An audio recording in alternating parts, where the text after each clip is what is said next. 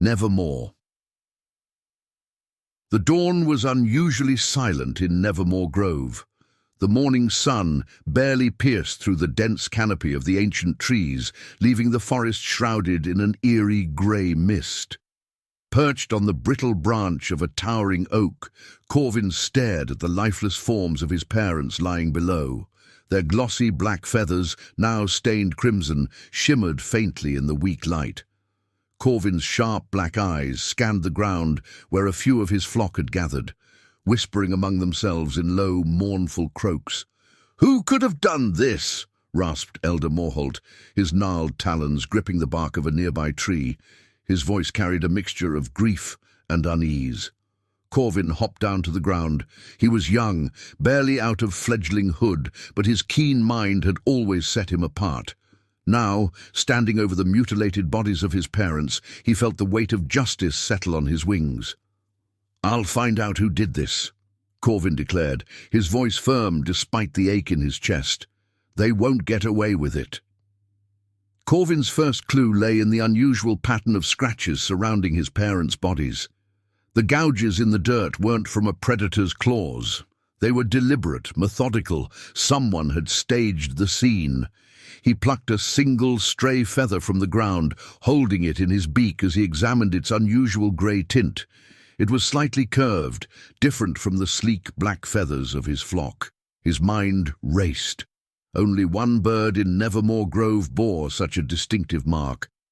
Corvin found Thorn, an aged crow with a reputation for stirring trouble, perched near the edge of the forest.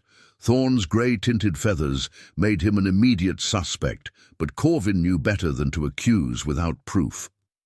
"Morning, young one," Thorn cawed, his tone light but his eyes wary. "Sad news about your parents." Corvin studied him, noticing the subtle twitch in Thorn's wing as he spoke. "Sad indeed," Corvin replied. "I found a feather at the scene. Thought you might recognize it." Thorn shifted uncomfortably but maintained his composure. "Plenty of grey-feathered birds in these woods," he said, but Corvin noted the bead of sweat forming above Thorn's beak. As Corvin left Thorn behind, he was joined by Wren, a sharp-witted magpie and a friend of his parents. Wren was known for her knack for finding shiny objects and secrets. "Something's off about Thorn," Wren whispered, "but he's not clever enough to pull this off alone." Together, Corvin and Wren retraced the events of the previous night, visiting the grove where his parents had been last seen. Among the leaves and twigs, Wren found a scrap of bark etched with strange markings. "It's a warning symbol," Wren explained, "the kind used by the Red Talons." The Red Talons were a notorious gang of birds known for their ruthless schemes. Corvin's parents had clashed with them before, refusing to let the gang exploit the flock for food and territory. Corvin and Wren devised a plan to draw out the Red Talons. Using a decoy message carved into bark, they spread word of a secret meeting to discuss a truce. The message was bait, designed to lure the killers out of hiding. As the sun dipped below the horizon, Corvin and Wren concealed themselves in the underbrush near the meeting spot. Soon, the faint rustle of wings broke the silence.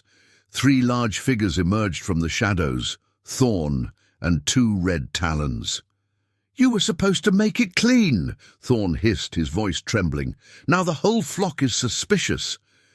"We don't answer to you," one of the Talons growled. "The elders needed a warning, and you'll get your share of the spoils once we take over the grove." Corvin's heart pounded as he realized the truth. Thorn had betrayed his flock, conspiring with the Red Talons to overthrow the elders. With a sharp caw, Corvin leapt from the shadows, his talons aimed at Thorn. Wren followed, swooping down with a shriek that scattered the Red Talons in panic. Thorn flailed, his wings tangling with Corvin's as they tumbled to the ground. "You don't understand," Thorn screeched. "They forced me." "Forced you to betray your family?" Corvin spat, pinning the older bird to the dirt. The noise attracted the rest of the flock, who quickly surrounded the scene.